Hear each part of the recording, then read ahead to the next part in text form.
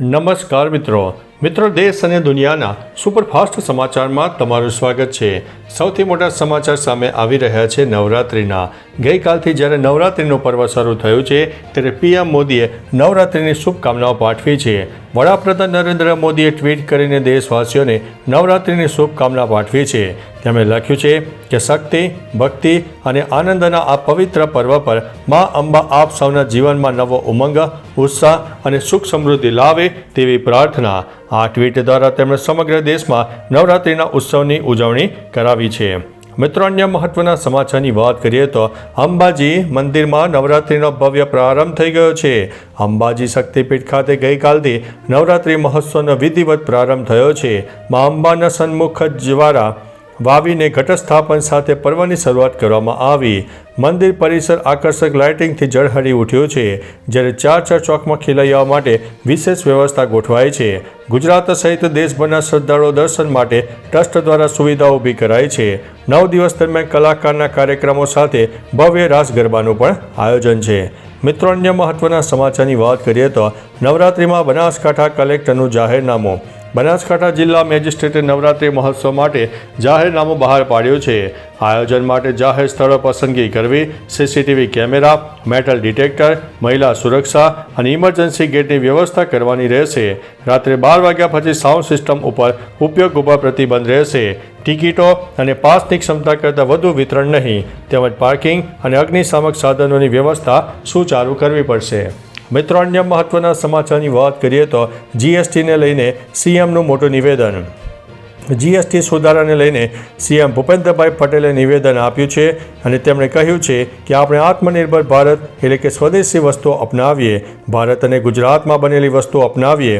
અત્યારે સમયની માંગ સાથે આપણે આત્મનિર્ભર બનાવવા માટે સ્વદેશી અપનાવીએ, જેમાં ખરીદી અને વેચાણમાં સ્વદેશી વસ્તુઓનો સમાવેશ થાય। સાથે તેમણે કહ્યું છે કે જીએસટી સેવાનો લાભ દરેક સુધી પહોંચવો જોઈએ।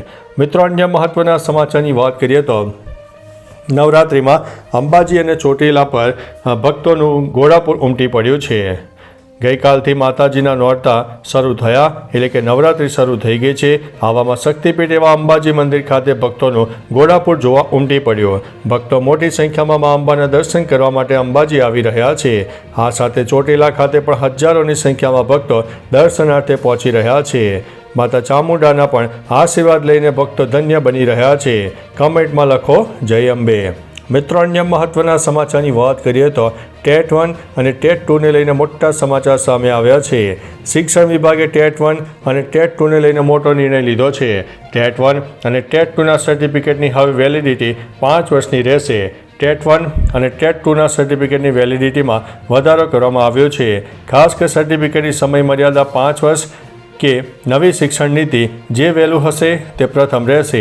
આ પહેલાં સર્ટિફિકેટની વેલિડિટી 3 વર્ષની હતી। આ પરીક્ષા 12 ઓક્ટોબર 2025ના રોજ યોજાનાર છે। મિત્રો, અન્ય મહત્વના સમાચારની વાત કરીએ તો અમરેલીમાં સીએમ દ્વારા પ્રતિભાશાળી રમતવીરોનું સન્માન કરવામાં આવ્યું। અમરેલીના સમર્થ વ્યાયામ મંદિર ખાતે બેડમિન્ટન કોર્ટ અને પરિસરની મુખ્યમંત્રી ભૂપેન્દ્રભાઈ પટેલે મુલાકાત લીધી, જ્યાં જિલ્લામાંથી રાષ્ટ્રીય કક્ષા સુધી રમતવીરોને શિલ્ડ અને મોમેન્ટો આપીને સન્માનિત કરવામાં આવ્યા। મુખ્યમંત્રીએ કહ્યું કે રાજ્યમાં ખેલ મહાકુંભ જેવા આયોજનો થકી યુવાનોને નવા મંચ મળી રહ્યા છે અને રમતવીરો રાષ્ટ્રીય અને આંતરરાષ્ટ્રીય સ્તરે ગૌરવ વધારી રહ્યા છે। મિત્રો, અન્ય મહત્વના સમાચારની વાત કરીએ તો વિદેશ ભણતા ગુજરાતી વિદ્યાર્થીઓની સંખ્યામાં મોટો ઘટાડો થયો છે। ગુજરાતમાંથી વિદેશ ભણવા જતા વિદ્યાર્થીઓની સંખ્યા છેલ્લા વર્ષે 40% ઘટી ગઈ છે। એપ્રિલ 2024થી માર્ચ 2025 સુધી માત્ર 11,071 વિદ્યાર્થીઓએ ડિગ્રી અને ટ્રાન્સક્રિપ્ટ વેરિફિકેશન માટે અરજી કરી, જ્યારે અગાઉના વર્ષમાં 18,237 વિદ્યાર્થીઓએ અરજી કરી હતી। અમેરિકા અને કેનેડા જેવા દેશોમાં સ્ટુડન્ટ વિઝા નિયમો કડક થયા હોવાને કારણે આ ઘટાડો નોંધાયો છે। આ આંકડા માત્ર ગુજરાત યુનિવર્સિટીના છે। મિત્રો, અન્ય મહત્વના સમાચારની વાત કરીએ તો ₹55,000માં બાઇક અને 3.5 લાખમાં કાર। હીરોની સૌથી સસ્તી બાઇક HF ડિલક્સ હવે ₹54,933માં ઉપલબ્ધ છે, જે પહેલાં ₹60,738 હતી। સૌથી વધુ વેચાતી બાઇક સ્પ્લેન્ડર પ્લસ ₹6,820 સસ્તી થઈ છે, જેની શરૂઆતની કિંમત 73,346 રૂપિયા છે.